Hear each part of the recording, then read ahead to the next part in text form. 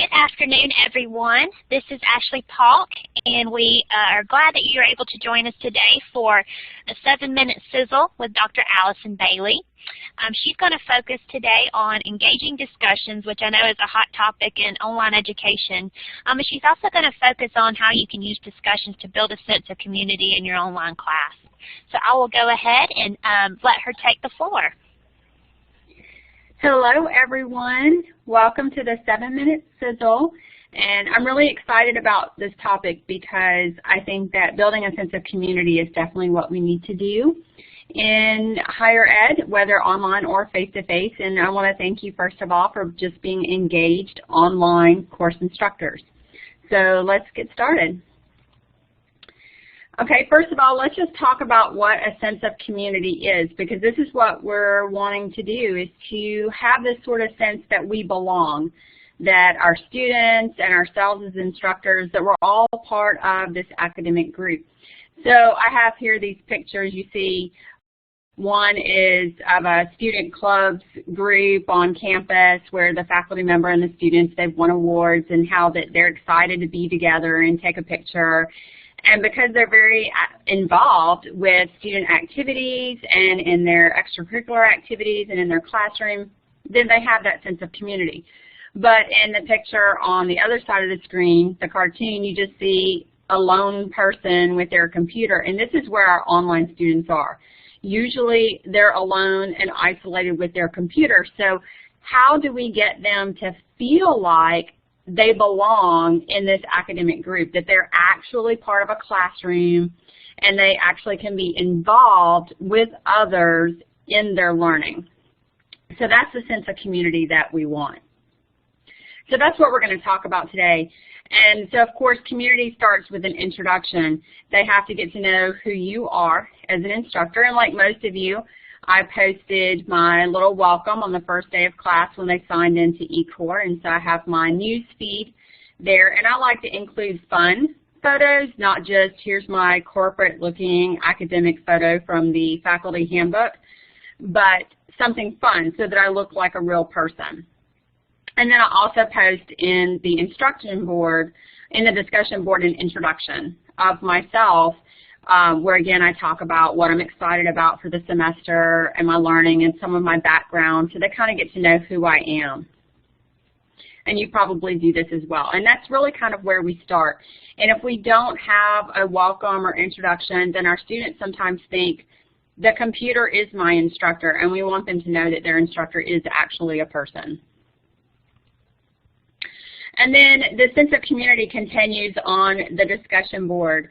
And so I just took a screenshot from my class, and as you can see, there is all my little face icons. So you can see that I last posted, and you can see what date I posted, so you can see I'm involved.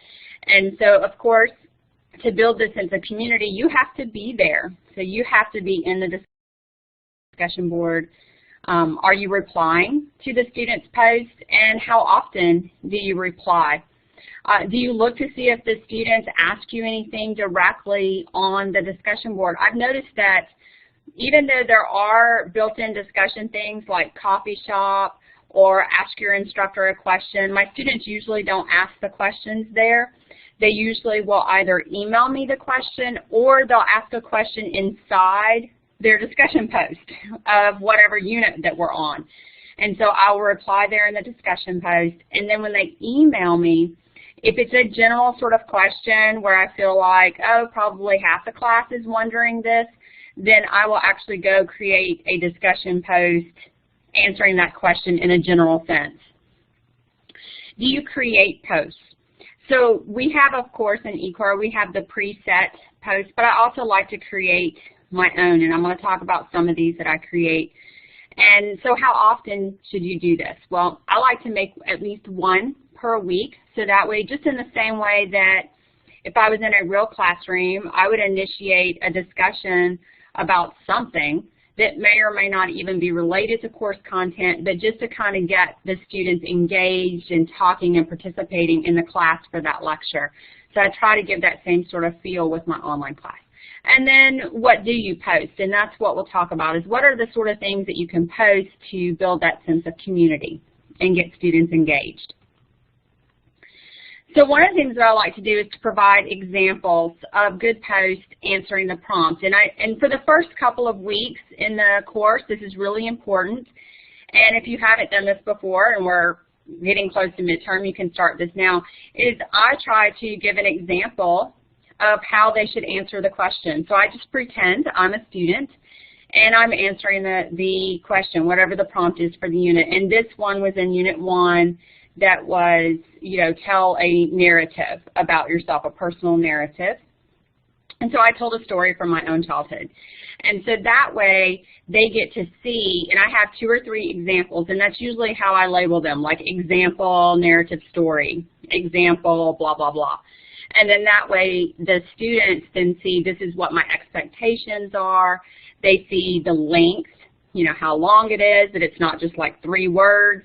And they also then learn something about myself, and then they'll reply to that. And then I kind of go back and I watch for their replies to my post, and then I be sure that I definitely answer all of those. Okay, I also want to remember that when I'm replying to students, I want them to realize that I'm a real person. And so just like with my face-to-face classes, when students come up and talk about I'm struggling or I'm having a hard time managing my work life, my student life, and my real life, I offer solutions for that. So here in this example, I had a student, and I've blacked out the student's name for privacy. And so the student had written a long post about how that they were struggling with academics and taking care of their family and going to work and all that. And so I responded, that I really enjoyed reading about their family and that they seemed really interesting, and I look forward to learning more about the student as the class went on. And then the student replied that she was struggling, she has a baby, and so on, all the same things that students talk about. And so then I replied, yes, this is hard, and life is crazy, and there's always things going on, and even myself as an instructor, I try to log in every day for 15 minutes at least to see what's going on and to reply to students. And some days my personal life and my family demands are really crazy, but I try to do the best that I can, and I know that the student can do it too. And then that way the student sees that I understand what it's like to be a mom and also a participant in this online community, and how that I juggle things just like she's going to have to juggle things. So I try to, really kind of have a real personal, real voice when I'm writing my messages, my replies in the discussion board, not so academic sounding necessarily. Also with my discussion posts, I create some that where I'm trying to recreate the I just walked into the classroom feeling.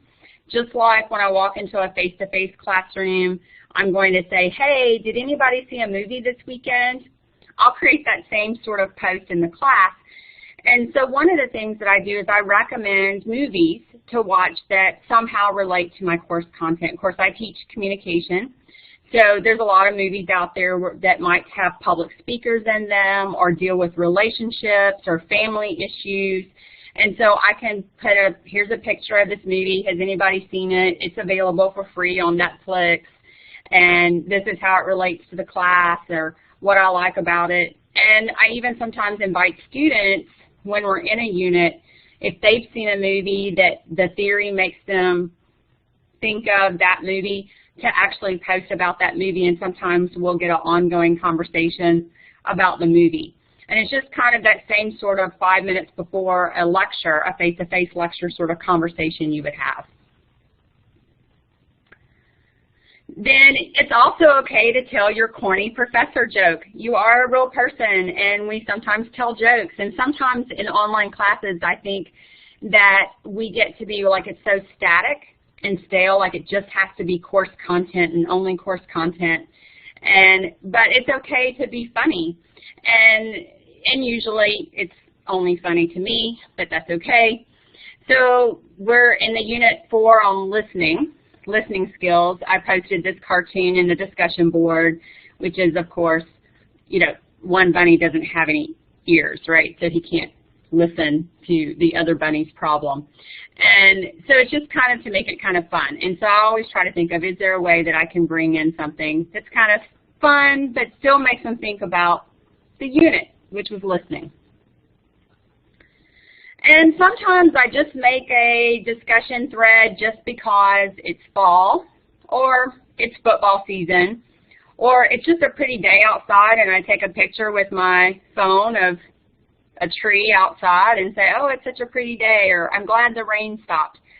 Because the professor, me, I'm a real person. I'm an actual human being, and I want the students to remember that they're not in a class with a computer, that they're in a class with me, and I'm teaching this class. And one of the things that I had to learn, though, in eCore is that I need to post my just because things in the newsfeed and also in the discussion board, so that I'm really staying engaged in whichever way the students like to look at things in the class. They'll see it in both places. And so this is just a little funny thing about this cat liking pie, which I guess if you were teaching math, you could turn that into a pie joke. Also, I try to get the students talking to each other. Our classroom is a community. In a physical classroom, they know they're in a community. We don't just lecture and leave. We don't just like walk into the room, start lecturing, and then as soon as the lecture is over, walk out of the room. We talk to the students before, we talk to the students after, we put them into groups. We tell them, hey, ask so-and-so about that. They were able to figure out how to do the video. Maybe they can help you with your video.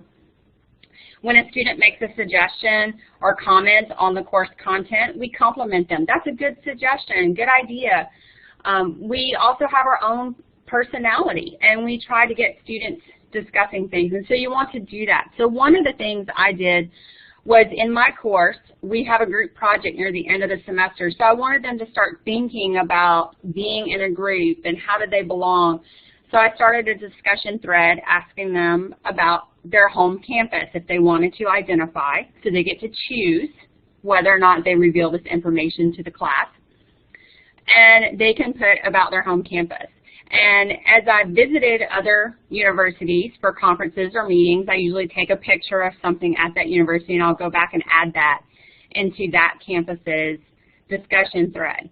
So what has happened is that my students will start putting, like in their introduction, they may say, I attend Macon State. And so I'll go into the home campus and I'll say, oh, so-and-so also attends Macon State. Did you see their introduction? Go find it and read it. Or, you know, if someone says, oh, I transferred from this school to this school, and I'm really excited about taking an eCore class, but it's my first time, I'm really nervous. And then I have another student who says, I love taking online classes. This is my 6th online class. And I may say, hey, you know, so-and-so, and mention the student by name. Did you notice that, you know, Jose said in his introduction post that he's taken 6 online classes. He loves online classes, and you're nervous about taking this online class. You should chat with him and get some advice from him about how to do online classes. And so I try to get them talking to each other, and I comment on their discussion posts referencing things that other students have said related to the class or classroom logistics, and kind of get them to go, hey, we should talk. My students also have started emailing each other, and so that's been kind of neat to see how that they've talked about, oh, I emailed so-and-so and she told me where I could find the information. I also like to post just fun pics of my family, outside my house, my campus, my pets, and I always just make that fun pic with some reminder about the assignment. So I could paste a boring reminder about an assignment, like don't forget the quiz ends at midnight, but I usually add some fun picture just so that they can kind of see that I'm a real person and I have a real life. And I reply to their posts if they seem frustrated. Sometimes they'll say, oh, I just can't figure this out, or I can't find the answer. I don't just answer the question. I also ask them if they would like to call me so we can chat about it. And I usually try to respond with sharing study tips that I learned from when I was a student. Ultimately, I have to be engaged in the course. I try to be as involved as I possibly can to talk with my students on a daily basis inside the discussion thread. So that's basically it. That's your 7-minute sizzle. So any questions?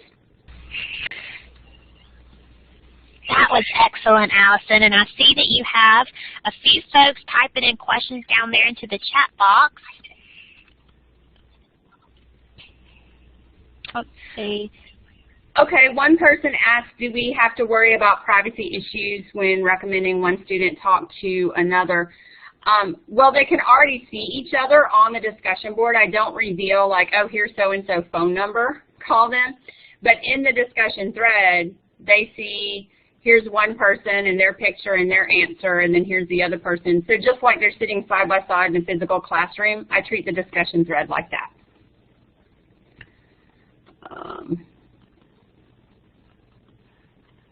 Okay, other questions? Okay, one person says they're facing a lull in the class as the students respond to discussion prompts and then keep quiet. Okay, well, one of the things that I did when I noticed that with some students, they would just answer the question and then that was it, is I would then start asking them questions like, have you ever thought about this? Or what is your hobby? Have you ever thought about how your hobby relates to whatever we're talking about? And then what will happen is sometimes other students will see that and say, oh, I like that too. That's my hobby. Here's an example. Sometimes those lulls just go away. This happened to my class yesterday. Their Unit 4 assignment, they had to do a diversity match. And so where they had to contact or read through all the discussion posts from the other students to find out details about each other, like who in the class has traveled, who owns a pet, who is a junior in school, or just basic details, like it's called a diversity bingo, and just find out. And one of the spaces that they had a hard time finding, they couldn't find anyone in the class who admitted to being a vegetarian, and that was one of the spaces. And so one of the students had expressed frustration over the assignment in the discussion board that no one would say that they were a vegetarian, so they couldn't finish the bingo.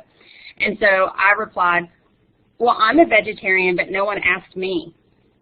And so they said, I didn't think that we could ask you questions.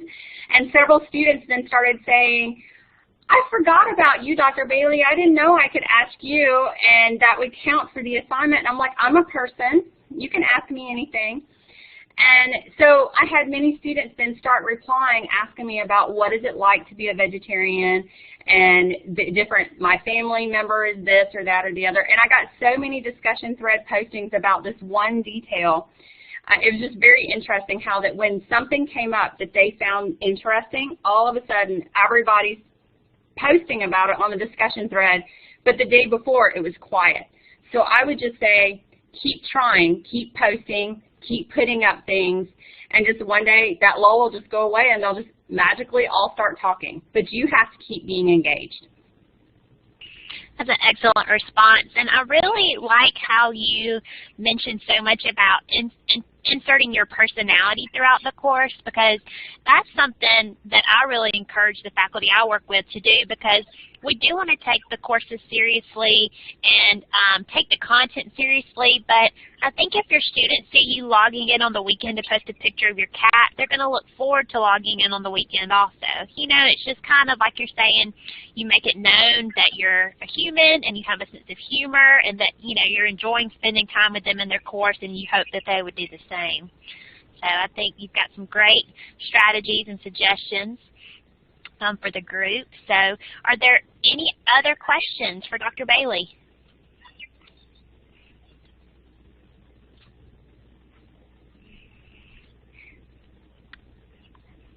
Well, thank you all so much. I appreciate you being here, and I look forward at seeing you at future eCore workshops for faculty. Thank you so much, Dr. Bailey. And we will be sure to share this recording with the group, so if any of you that came in late want to review it, it will be available shortly. So just be on the lookout for an email. But thank you all for attending today. And thank you so much, Dr. Bailey, for your time. That was an excellent session. Thank you.